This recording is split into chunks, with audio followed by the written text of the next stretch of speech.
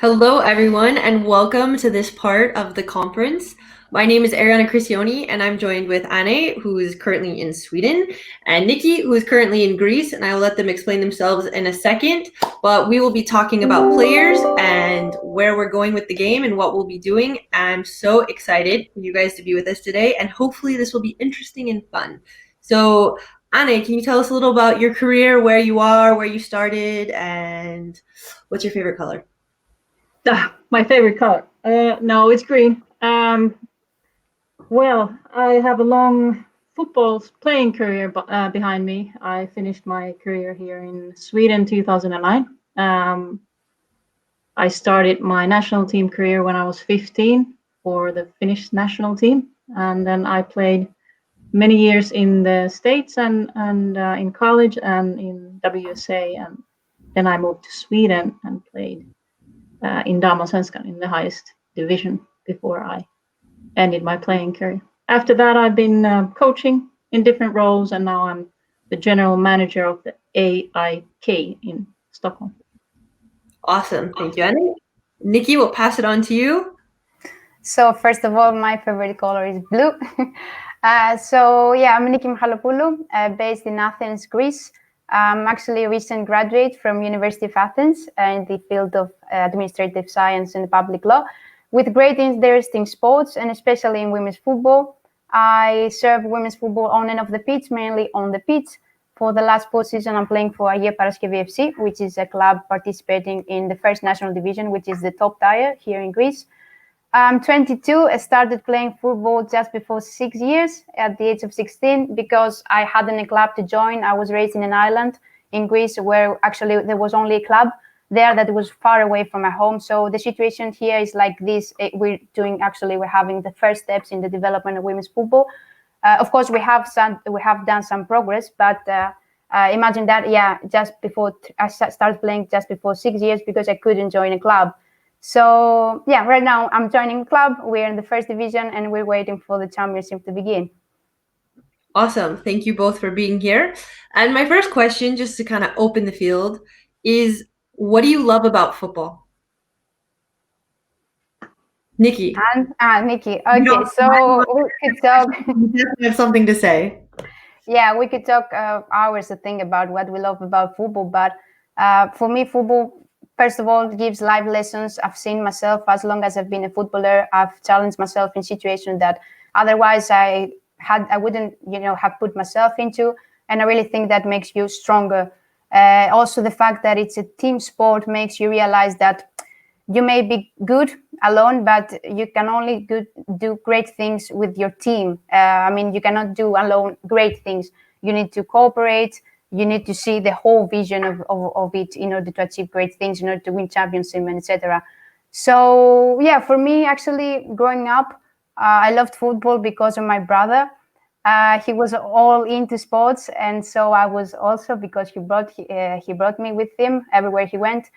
And he made me love football because, when I was like in the field full of boys and I was the only girl, I started to create an identity. It was like when I started playing the game, I was my brother's little sister. But when the game ended, I was Niki because they saw that I was playing good. So it helped me actually realize that I could be strong, I could be competitive, and at the same time being a girl. So football really helped me in that part of my life create my personal identity, my character, the character I still have. And it's also about the challenges that you constantly put yourself that makes you better. And I really love that. It's also about the moments that you create with your teams, special moments. You see your teammates every night, every day. You spend so many time with them. It's about something really strong. It's about, creating a small society into the society with people that you can do great things. And I really love about that because football is that place, the game has that complexity, that engagement, which I love so much. That's awesome. I'm really glad that your brother started making you tag along. You have a good older brother. We'll have to give him a little shout out. And Anne, what do you love about football? Oh my God, that's a great answer, Niki. I think you just summed it up.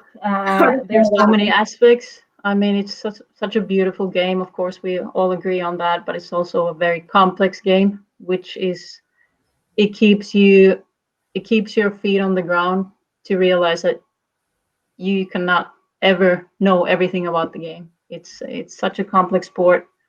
It has all its aspects, but like you say, the social side, I think I still have so many good friends after all my playing years in different countries, but and different teams. And I was today going to work and listening to a pod actually hosted by two of my former teammates, and they were talking to Marta, and I also played with Marta. We all played in the same team, and it was just this like absurd moment when I'm sitting on the bus and listening to my former teammates talking about the days that we all played in Umeå Eco, which was at the time, that was in the beginning of 2005, 2006 when I was there, one of the better teams in Europe or maybe in the world, and just like that's, for me, it sums it up. It's like this community, like you say, it's people who are great persons, and we all take our steps in development as players, but also as human beings. So it has it all. Awesome. Thank you, guys. I don't think I can add anything to that. I think football is everything. It unites us and brings us together and allows everybody from different cultures to have this common passion, whether you're playing or supporting or promoting it. It doesn't make a difference, and especially doesn't make a difference whether you're a man or a woman. But okay, we'll now continue. And you played collegiately in the States, and then you came back to Europe to continue your professional career. How different do you think players' paths are now to when you made that transition from the States and college into your professional career? Oh, that's a tough one. I guess it really varies from where you're from and what your ambitions are. When I decided to go to college, I didn't really have, this is way back, this is in 1996. I was pretty much done in Finland. I felt that I need to find a new environment to challenge myself, and I went to Norway and looked and trained with a club there, and then I felt that this is not really it for me. And then via one of my coaches, I found somebody who was coaching in Florida, so I came to an environment where I started playing with and training with boys like 2-3 times a day. That was in Bradenton, Florida, and really got into that. Like, I don't know, my plan was kind of like play professionally directly in Japan. That was the only pro league. I don't know how big that was, but we had some players from Sweden there. Anyway, so that was my initial plan. But then I came to the States and I don't know, got recruited, and I really felt that that's the way for me. How it is today, that's really, we still have players on the team that I am part of, players going to college or have plans to go to college, and I think it's great. And there are some differing opinions about whether you should stay in Europe and keep developing, or whether you should choose college soccer in the States. And I think for me it was I could never deny that opportunity from somebody to take that step and play there. But obviously opportunities are so many these days. Players are dreaming about playing in Chelsea and playing in Manchester City or Paris Saint-Germain, for example. So there are so many opportunities. When I was 15, there weren't any, really. True. And do you think, though, that now players, even in the States, some players are being pressured to go straight into the NWSL rather than taking the path of university? Do you think this is right? Maybe not right is the best way to put it, but do you think this is a positive thing for players just to keep developing and go straight into that professional atmosphere? Or do you still think it's important for girls and women to get that education and that background while they're playing in order for them to have a career after? Well, I think that it's really important to educate yourself. I think you have time afterwards to play wherever you want to play and keep developing. But it's really, the world is changing, and the top players, they make more money now, and there are more opportunities. But I think I would still educate myself to secure the future. Anything can happen. You can get injured, and then you're pretty much done. So you Absolutely. Have to have something to fall back onto. And so, Niki, you just finished your degree, as you were saying. Congratulations on that. It's awesome. Thank you. Do you feel pressure now to get a job in the field that you got your degree in, which was administration and law? or are you able to really focus on becoming a pro? And how important was it for you to continue your schooling and your desire to become a professional? So actually, thanks for that question. When I finished school at 18, for the first priority for me was to get to the university and get a degree. So it was the first priority for me, and I'm really happy that I finished it in 4 years straight. But I did the commitment to myself to, try in parallel to work also in my football journey. Like, you cannot stop playing for 4 years, study, and then start again playing, of course. But it was a priority for me to finish university. So right now, as a graduate, there is a kind of a social pressure. Like, everyone is asking you, are you going to study again? Are you going to work? What are your plans? And when I'm saying, like, I'm trying to work, in my game attributes, I want to go pro, and at the same time also work on some other things. But concerning football, I'm also getting some, are you sure? Is that what you really want? Because it's something that's not familiar, at least in Greek society. And I'm really don't judging anything. It's just me. I want to do that. I want to see if I can chase a pro career. But education never stops. For me, I'm also thinking about maybe combining like something kind of more at the pro level concerning a team, and at the same time maybe getting another degree, maybe a master. But it's not something that I have necessarily in my mind. First priority for me right now, after I got the degree, is to play, because I'm playing for a short time. And I had, as I said, right now there's so many priorities. And once I hadn't not priorities, opportunities. Once when I was 16, I hadn't so many opportunities. For me, it was first to come in Athens, play in a higher level, and then see if I can do something else. Right now, I'm feeling confident that I can do something better. And I'm looking forward to chase something better and see if I can. But right now, football is the first priority for me. Awesome. Thank you for that. And back to you, Anne. My question goes into this. When you first retired from football, you told me that you started getting your coaching degrees and going into coaching. But now you've become the general manager of a top Swedish club. Why do you think so many women start with coaching or go the coaching path rather than, for example, Niki taking her degree and going into the business side of football? Do you think that women only focus on coaching, or do you think there's these opportunities outside for women to stay in the game, even if they don't want to be pro anymore or if they retire? Oh, that's a tough one. I mean, I guess we all know that there are quite few positions for women in leadership positions. There are some female coaches that we see now, and maybe that's when you have seen somebody else to go, before you, then it's easier to choose something like that. But I didn't have in my mind that I would be in some kind of higher leadership position at that time when I ended my career. So coaching for me was kind of like, I wanted to stay in the game and stay on the field. And I actually, when I looked for opportunities in Sweden or in Stockholm, I was looking for coaching positions, but there were none open. So and they said, you know what, this GM position is open. Why don't you just apply to that? And I was like, should I do that? And I did. I guess I felt that was maybe maybe that was predetermined, that I had to take that and work on the strategy and the vision of the club. So here I am. Awesome. And for those that aren't really familiar with what a general manager does, can you give us an example of your average day, or just like the average things that you deal with? Well, it's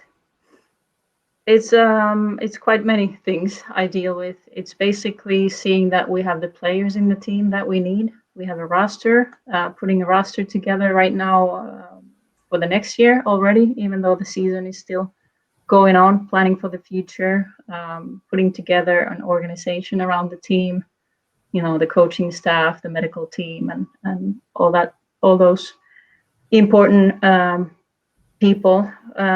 But really this past summer I was working on the strategy, because we haven't really had any strategy for the women, and I felt that was really important to implement in the club, because it's traditionally a men's club. So we needed, I felt that we need a strategy for the women's team, so we know where we're taking this.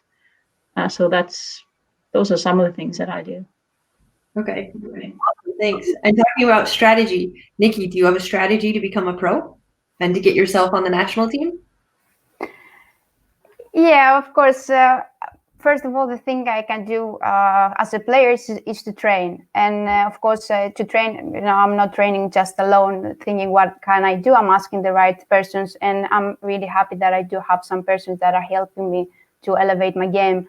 But yeah, actually, right now I'm playing in a really good division in Greece, but I really want to elevate my game by also playing in a higher division, which might be actually abroad. Because I really think that training, the environment in general, plays an important role for my growth. So as long as I can, I'm training. I'm training, of course, with the team. Don't miss any team session, of course. We have some club goals that we have to implement. But yeah, personally, I'm also looking for another chance to get to an environment that is more organized, because right now here in Greece, we're taking steps forward that's undoubted. There's no doubt about that, but we have a lot of steps in order to have a professional environment. And I'm not talking about money. I mean, in general, about the general structures, facilities, equipment. I'm in a club that, we do have some basic stuff that other teams have not. But to talk about the standards, you cannot see so much growth in a place that we're still talking about standards stuff. I mean, things that maybe you or Anne were facing just before 20 years. I don't know. We're facing them still in Greece. So I think that we just need some time in order to get examples of those standards that you guys are still struggling with, that you think should be there and should be in place already in your league? Yeah, first of all, I will talk about the most important thing, which for me is fields, and to be sure that the quality of the fields. Most of the fields that we will play during the championship are inappropriate. So that's not something, it's something, one of the, it's the most important thing. I mean, it's about safety. So when you have to pay attention to your fields, but also it's about insurance. I mean, a lot of clubs are not, have not their players with insurance. So if something happened to them, they have to pay for the surgeries and physiotherapies and stuff. Some clubs, as I said, one of the clubs is mine, but some of the clubs are doing these first steps and provide to players that help. But others are still talking about equipment. They don't have balls in the training. Simple stuff, like they don't have the same jerseys to wear during the training session. These are some basic stuff that we should stop talking about. I mean, this has to be solved. We have to elevate our game as a league, as a championship in general, not just one team or two teams, all teams. We should stop talking about the gas when we have a game away, when we have an away game. All the teams should go together. We should come back together. These are some basic stuff that, unfortunately, in Greece we're still talking about them. And when you say the standard of the field, do you mean it's too small, it's dirt, it's synthetic? What exactly is wrong? There's no changing rooms? No, there are some standards in the changing room, but no, it's not about the if it's small or big. Actually, for example, in our league this season, we will only have 2 natural grasses. There are only 2 teams with natural grass to play on. Most of the other fields are artificial turf, and they're not 3Js. They are artificial turf, it's almost like a concrete. So we have so many injuries, knee injuries. I have teammates that have injuries from the field just because there was an inappropriate hole in some place of the field. Just because in front of the goalkeeper, the surface is not right. That's the situation in most of the games. And it's not only about women. It's not that they put women play there. It's in general the situation. We don't have fields. Yeah, first of all, it's one of the main problems, I think. I can say this from my own experience. We don't have fields, and that's why we have to train late in the night most of the times. Most women clubs are in their training session last in a field. So, and also, yeah, as I said, it's inappropriate. So also men are playing there. It's not only about that we put women there. There has to be a whole change of the fields.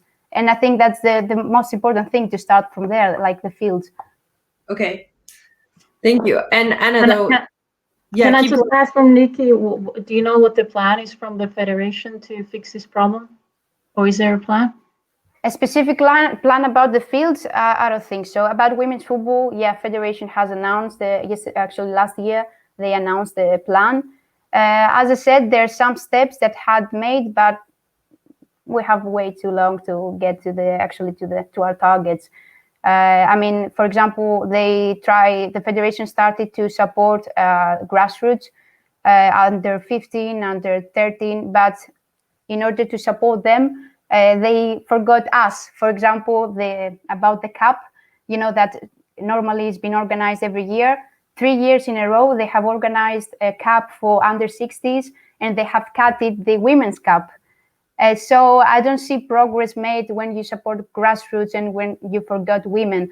I mean, you have to support everyone equally. So specifically about the fields, I don't know, but I don't think so. I've never seen it. Some fields are changing, but 1 in 10, like.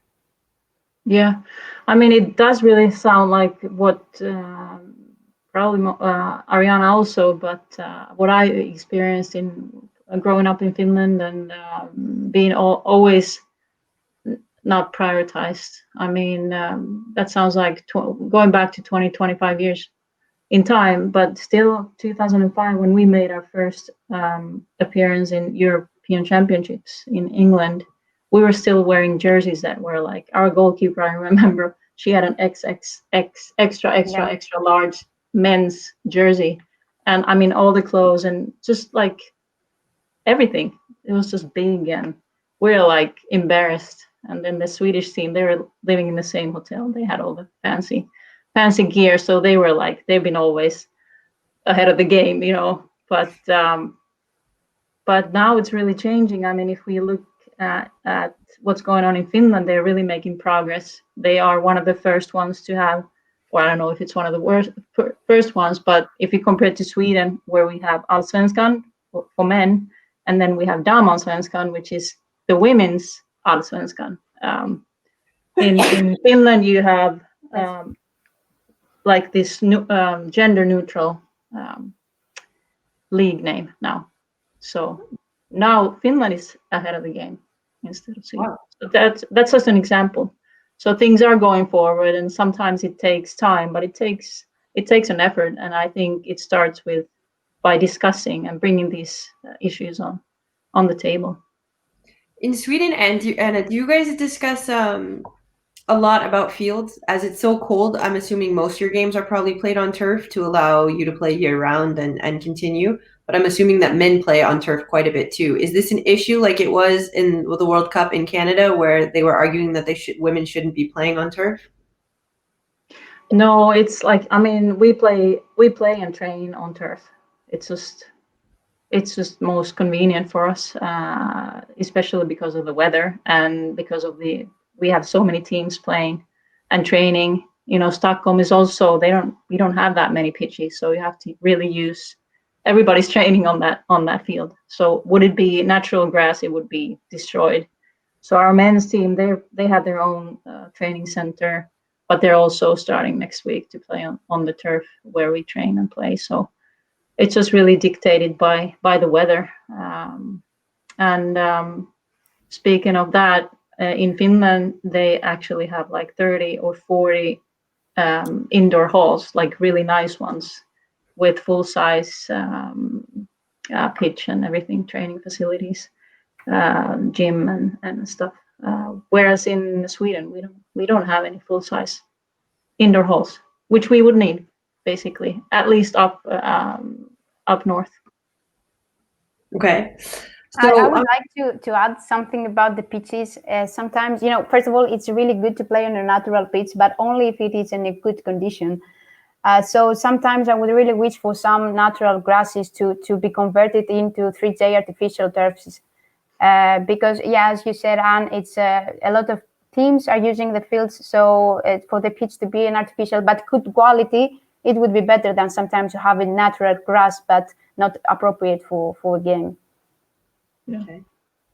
And to kind of go not 360, but quite a ways away from talking about pitches and personal experiences, and especially since we're literally on a social media platform right now, we're all discussing through Facebook.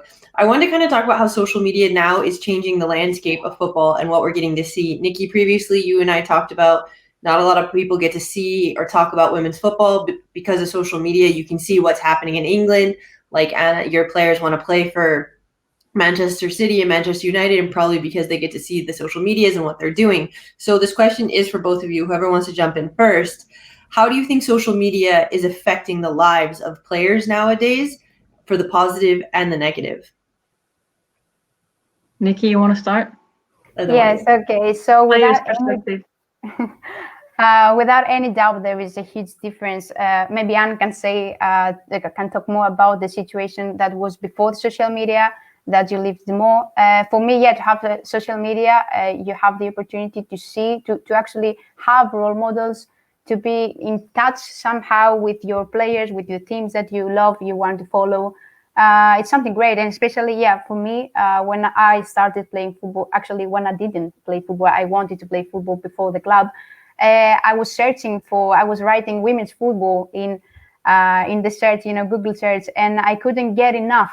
I was like, I wanted to see footage, I wanted to see videos, and I couldn't. So right now with social media, some things are coming to me. I'm not going to them, and that's the point, actually, to be in the game, to watch things, to be active.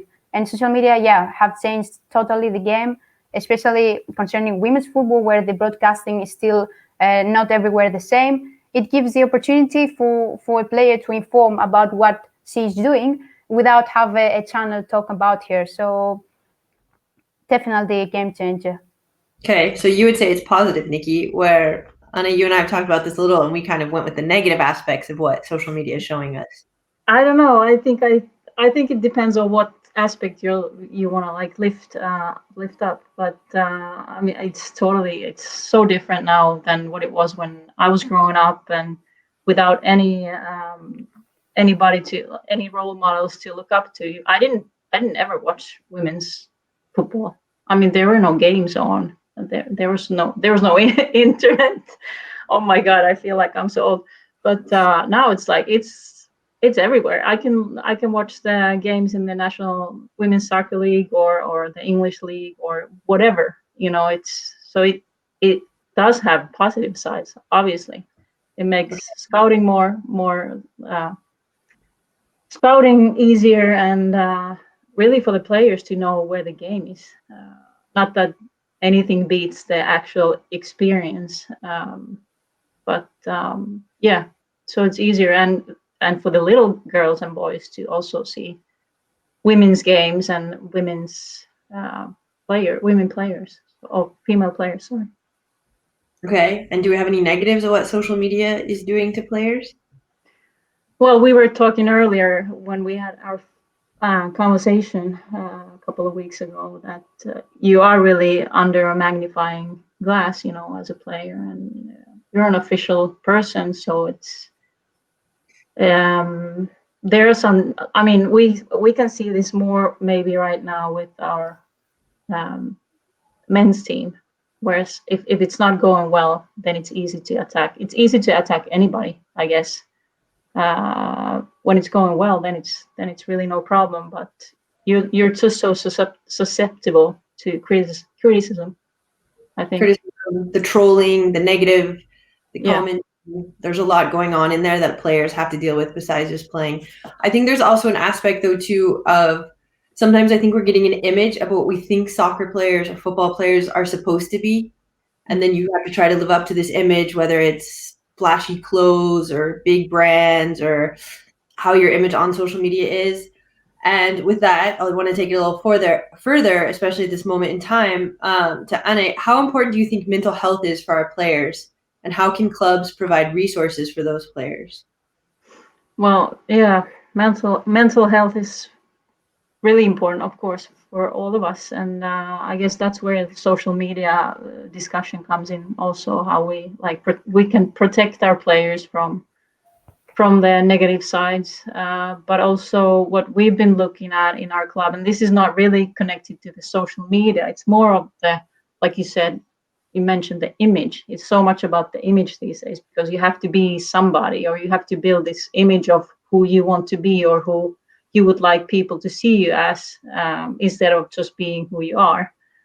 So that's really, I think that's really scary in a way. Kind of trying to live up to some kind of image that you're building that's not you. And you have to, and there are so many.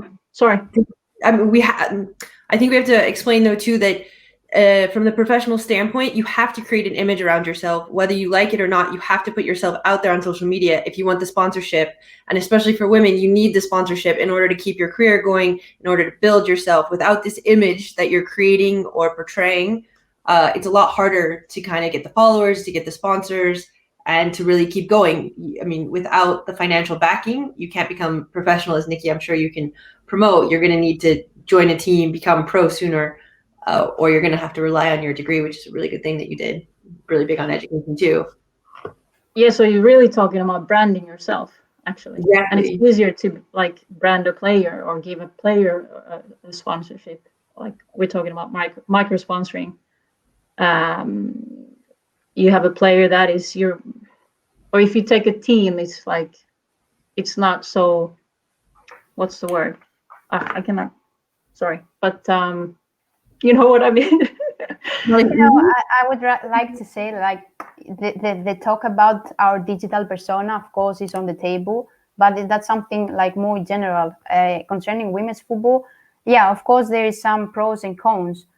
Some pros might be that, yeah, of course, about the sponsorship, about the feeling of community, maybe. For example, during quarantine, the fact that I was seeing so many players training in their homes made me like more comfortable into the fact that I was close in my home, and I was trying to get through the work, and it was difficult because I was, in four walls, and I just had to do my training session. So the fact that I was seeing other players worldwide from wherever train, for me, I was kind of feeling a community, let's say. So that might be a pro. A con, of course, yes, is that somehow you are out there in the world and you're full of criticism. But criticism will come, even if it is digital, even if it is on the field. I think it's just a different dimension. But overall, I think that the talk about social media, especially for women's game, is something that elevates our game, because, yeah, we're living in the world right now that if you're not digital, it's something like you don't exist. That's the truth. That's something true. Yeah, it has pros, it has cons, but I think that overall it's something good for our game. Personally, I like the fact that right now I can follow players.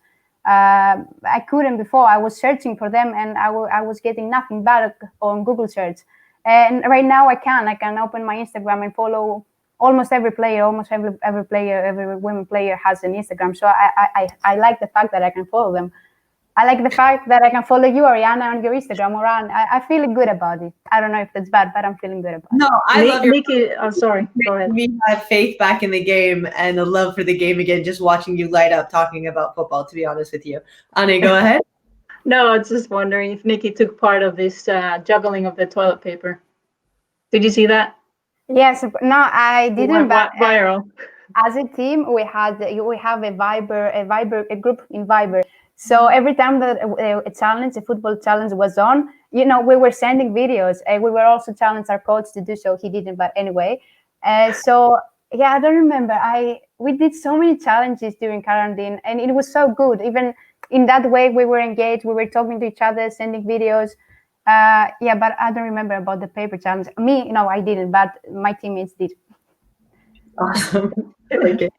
Okay, so to get away from social media and whether we think it's positive or negative or all of that stuff, I want to just talk about motivation and how, especially as a coach, probably more as a coach than you did now, how you motivate your players, and how did you motivate yourself when you were a player?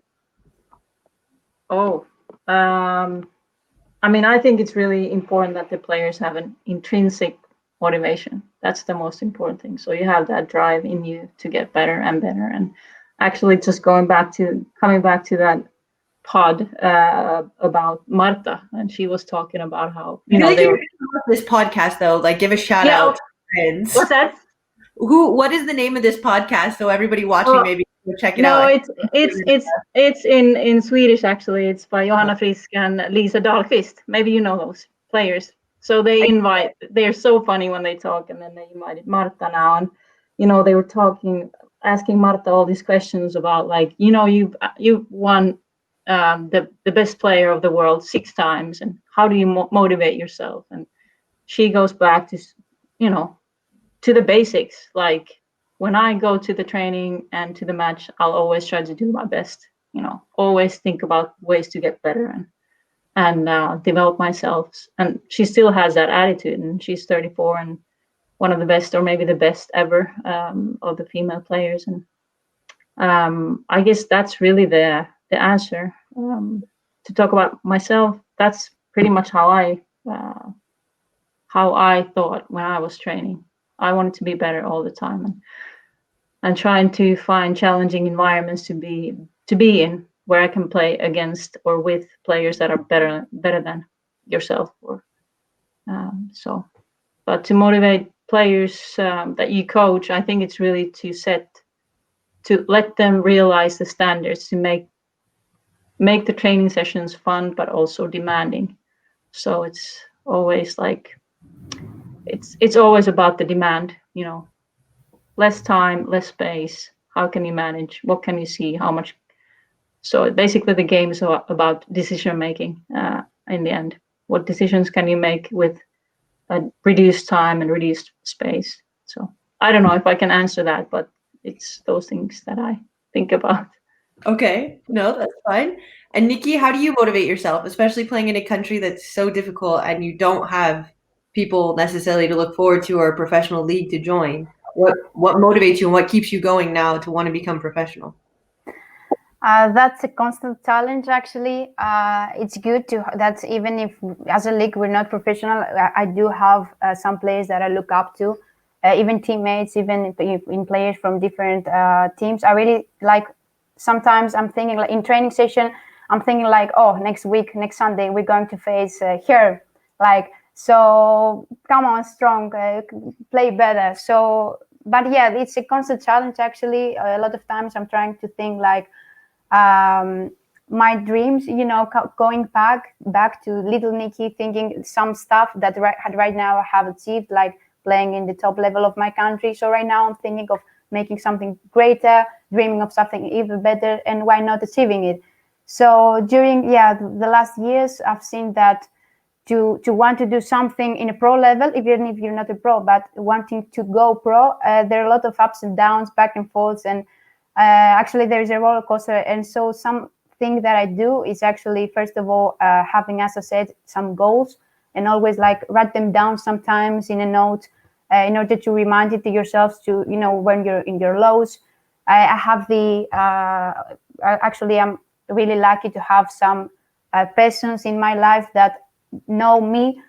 So when I forget about me after a great loss or after something bad, they remind me, like, what are you talking about? You want this, you are that, you're better than that, the one you're thinking right now. So they push me forward. But yeah, it's of course, first of all, to push yourself. So yeah, to take a pen, take down some of your goals and watch them, like read them week by week, month by month, any time that you want to recall, you want to remind yourself why you're doing all this. That's something that works for me. So yeah, sometimes that's what keeps me motivated, because a lot of times I find myself not be motivated. But I think that every time I will, stand up stronger. So anyway, so far so good. That's it. Okay, and so for you, what's the next step? How are you going to get yourself professional? Where do you go from here? Or how do you get yourself abroad? For anybody watching who wants to try to go abroad, can you give them advice of how to do it or where they can look? So first of all, what I'm trying to do is, of course, connect with people, and also learn from persons like you. when we talk to each other, I ask you some questions, right? So when I find someone that sees the game somehow, how do I see it? I know that she's not going to tell me like, you're going to do this, and this. It's not that easy, but I want to have the right mindset. So yeah, right now having some connections actually really push for the season to. I really want to go good during the season, because if I don't perform well, then all my plans will be ruined, of course. Yeah, just train hard, do some connections, share my worries, share my dreams with some persons like you, some other persons, of course, I've met, and gradually building the network to do so. I'm enjoying the process. I may achieve some goals, I may not, but so far, yeah, that's what I'm trying to do. What do you think that from your side, someone should do like me that wants to do the next step? Maybe I can take an advice from you. Niki, you just read my mind, but I was going to shoot that one over to Anne, since she's. I know, to both of you, actually. Well, from my perspective, before we pass it on, I've done it two ways. When I first graduated from university and I knew that I wanted to play in Europe, I literally emailed every club in the league that I wanted to play for and asked for a tryout. I don't know if that works nowadays, but that's what I did when I first went to play in Italy. And from there, I let my motivation and my intrinsic ability, as Anne also explained, do the talking, and I was lucky enough to get a couple invitations to play for clubs. More recently, I've had an agent, which helped quite a bit, but I don't know how much that is also. I know agents are becoming bigger and bigger. Also, people pay attention to agents. They're not always the right people, or I've been very lucky. The people surrounding me have been really positive. But just throwing this out there to anybody, young people, players, if you want to play, if an agent asks you for money to start out, do not give them money. Good agents don't ask you for money up front. That's just a overall thing that kind of had almost happened to me a couple of times. So don't listen to them. They're probably not a good agent. So I think Anne, though, is in a better as the general manager, looking for players, understanding players to understand more if they respond to email from players or if it's more agents, how that kind of process. Well, first of all, I want to say that if you're good enough, you're gonna have a team. You're gonna have opportunities, I think. So I think I would focus on just developing yourself as a player and doing the work every day in, day out, and the opportunities will come, because the game is changing. It's developed. I get emails from agents almost every day. It's just exploding now. So really, there are eyes everywhere. And going back to the social media and the internet. I watch your highlights, Niki, so I know what fields you're talking about. Or the pitches. But there are ways to get exposed, because internet gives you that platform. It gives you an opportunity to use and market yourself in that way. But just keep doing the work, and the results will come. And like Arianna, like you did, just email clubs. Say, here I am. This is my CV. These are some highlights. These are some games. I'm really, for the tryout. Yeah. Yeah. During the last, due to Corona, everything of my plans actually ruined. I was thinking of going for trials. Also had some conversation with people that some of them actually happen to not be so trusted. So that's where you talk about, Arianna. Not everyone that is communicating with you wants like your best out of you. But yeah, coronavirus now, the situation is so difficult. We have restrictions in traveling. So just keep that motivation alive. But thank you for your feedback. And I think, coronavirus, it will also pass. It'll be history soon. And we can go back to the normal, or the new normal, I guess, with all the restrictions that we have to keep in our minds at least. But just keep training hard and doing your best, and the opportunities are there, and there are more and more opportunities all the time. And I think next time we will be talking, there are some improvements in Greece also. I'm pretty certain about that. It's a beautiful country, and there are some amazing people working hard, I know, for the betterment of the game, and so there will be opportunities. Awesome. Well, I think that was some really good advice and a really great place to stop our conversation. Thank you, ladies, so much for joining us. Thank you, everybody at the summit, for inviting us and letting us have our voice here. And I think this is an even better place to end because the next panel is about player representation. So we'll probably leave it to those experts who are coming on and explain a bit more. But Niki, I wish you all the best. I hope your professional dreams come true in every way. Anne, I hope your team wins the league and goes up to the top division and then convinces the Swedish team to give you guys more a neutral title for both leagues. And I wish you all so much. This career, and hopefully I'll see you coaching back on the field because I know that's where your heart lies. Yeah. So good luck, you guys, in your games also. And thank you. Thank you. And thank you everybody for watching, and good luck to everybody. Bye guys. Bye.